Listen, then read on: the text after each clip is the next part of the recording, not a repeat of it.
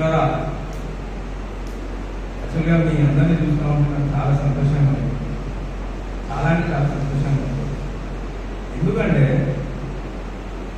దక్షిణ భారతదేశం నుంచి ద్రవిడియన్ ఐడియాలజీ, బౌద్ధన్ ఐడియాలజీ, సరే వేరే ఏవైనా ఒక స్థాయి నుంచి అక్కడి స్థాయి నుంచి చిన్న చిన్నగా ఒక మహాసముద్రం లాగా మనం తయారు కావాల్సినటువంటి అవసరం ఉంది.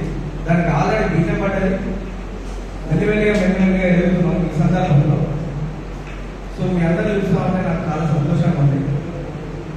మరీ ముఖ్యంగా ఇప్పుడున్నటువంటి పరిస్థితుల్లో బీజేపీ, ఆర్ఎస్ఎస్ యొక్క భావజాలం ఎంత బలంగా, ఎంత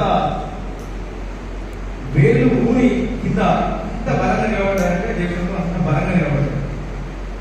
కానీ మనకు ఒక స్పేస్ ఉన్నది ఇక్కడ. దక్షిణాలలో నిలబడడానికి వాళ్ళ శక్తి సరిపోతుంది, అయినా ప్రయత్నం చేస్తున్నారు. కానీ ఇక్కడ నుంచి మొదలయ్యే మనం తీసుకుంటే చాలా స్పష్టంగా అవగాహనతోటి, ఆలోచనతోటి, యుద్ధ ప్రణాళికతోటి బలంగా నిలబడగలరు. ఉదాహరణకి అంటే మాది ఉత్తర తెలంగాణలో సింగరేణి కార్మిక వర్గం నుంచి నేను ఒక కార్మిక, మా నాన్న ఒక కార్మికుడు, నేను ఒక కార్మిక బిడ్డని. అక్కడ అంటే సింగరేణి ప్రాంతంలో ఉన్నటువంటి రాజకీయాలంతా కూడా నాకు ఊహ తెలిసినప్పటి నుంచి నేను చూసేటువంటి అన్ని కూడా లెఫ్ట్ ఓరియంటెడ్ రాజకీయాలు. నాకు ఊహ తెలిసింది కూడా మాకు క్వార్టర్స్ ఉండేవి. మేము గోరెంట్లో తెచ్చినప్పుడు మా నాన్నగారికి ఇక్కడ హాస్పిటల్ పనిచేసేది సింగరేణి డిస్పెన్సర్లో. మా ఇంటికి ముందర గోడలు అన్ని ఉండేవి. అన్ని మొత్తం ఎర్రజెండా పెయింటింగ్ వేసి రాడికల్ జిందాబాద్ జిందాబాద్ అంటే నా ఊహ తెచ్చినప్పటి నుంచి, నా ఎడ్యుకేషన్ టైం నుంచి కూడా ఎక్కువ కమ్యూనిస్ట్ రాజకీయాలతో ప్రభావితమై కమ్యూనిస్ట్ ఉద్యమాల నుంచే ఒక ఆలోచన విధానాన్ని నేను పెంపొందించుకున్నాను. చాలా రోజుల తర్వాత నాకు అంబేద్కర్ ఐడియాలజీ అనేది తెలిసింది, అర్థం తెలియదు నాకు. మ్యాక్సిమం మా స్కూల్ అయినంత కూడా చాలా తక్కువ. సో నేను ఎందుకు చెప్తున్నా అంటే ఇక్కడ ఏ ఆలోచన విధానం అయితే ఉంటుందో ఆ ఆలోచన విధానం అంత బలంగా నిలబడగలుగుతుంది దేశం. కాకపోతే ఇక్కడ సరైనటువంటి నాయకత్వం తీసుకునేటువంటి ఆలోచన విధానాలు, సైద్ధాంతికంగా వాళ్ళు వేసేటువంటి అడుగులు మనకు చాలా బలంగా ఉంటుంది అనిపిస్తుంది.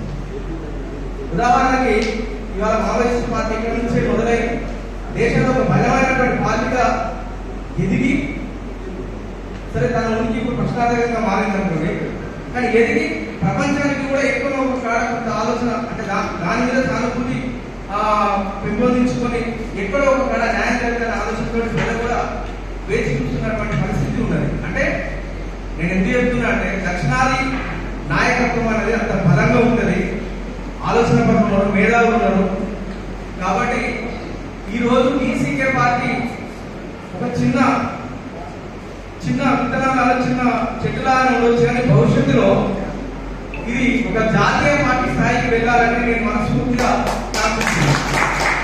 ఎందుకంటే ఉత్తరాది పార్టీ ఇక్కడికి వచ్చి కనుమరుగైతుంది. ఎందుకంటే ఇక్కడ రాజకీయాన్ని, ఇక్కడ పరిస్థితుల్ని, ఇక్కడ ఉన్నటువంటి ఎత్తుగడని దాదాపు సాధ్యమైనంత వరకు ఇక్కడ ఉన్నటువంటి పూర్తిగా అర్థం చేసుకోలేక ఎదుగుతున్న నాయకులు కూడా కొంతవరకు ఎదగాలంటే అధినాయకత్వం ఏం చేస్తుందంటే అక్కడే విషయం. అది చాలా బాధాకరమైన విషయం. సో ఇక్కడ ఉన్నటువంటి రాజకీయాలు ఏవైతే ఉన్నాయో ఉత్తరాది మీద మోస్ట్ ఆఫ్ ది మనకు తమిళనాడు నుంచి, ఇప్పుడు తమిళనాడు పార్టీ అంటే తమిళనాడు నుంచి పార్టీ రాగానే అదే తమిళనాడు పార్టీ కదా, ఇది తమిళనాడు పార్టీ కదా, అక్కడి పార్టీ కదా అంటారు. మరి గుజరాత్ పార్టీ ఎక్కడికి వచ్చింది, మహారాష్ట్ర పార్టీ ఎక్కడికి వచ్చింది, ఏవేవో పార్టీలు వస్తున్నాయి కదా. దక్షిణాది ఆలోచనతో కల్చర్ కానీ, భాష పరంగా కానీ, సంస్కృతి పరంగా కానీ ద్రవిడ భాషలో ఏకమైనటువంటి దక్షిణాది నుంచి ఒక జాతీయ స్థాయిలో పార్టీ నిలబడితే మనమందరం కూడా అదే స్థాయిలో పార్టీని నిలబెట్టి మన హక్కుని కూడా మనం సాధించుకోవడం కోసం బలంగా పోరాటం చేయగలం. కాబట్టి దురదృష్టవశాత్తు డిఎంకే పార్టీ ఏంటంటే తమిళనాడు వరకే పరిమితమైంది.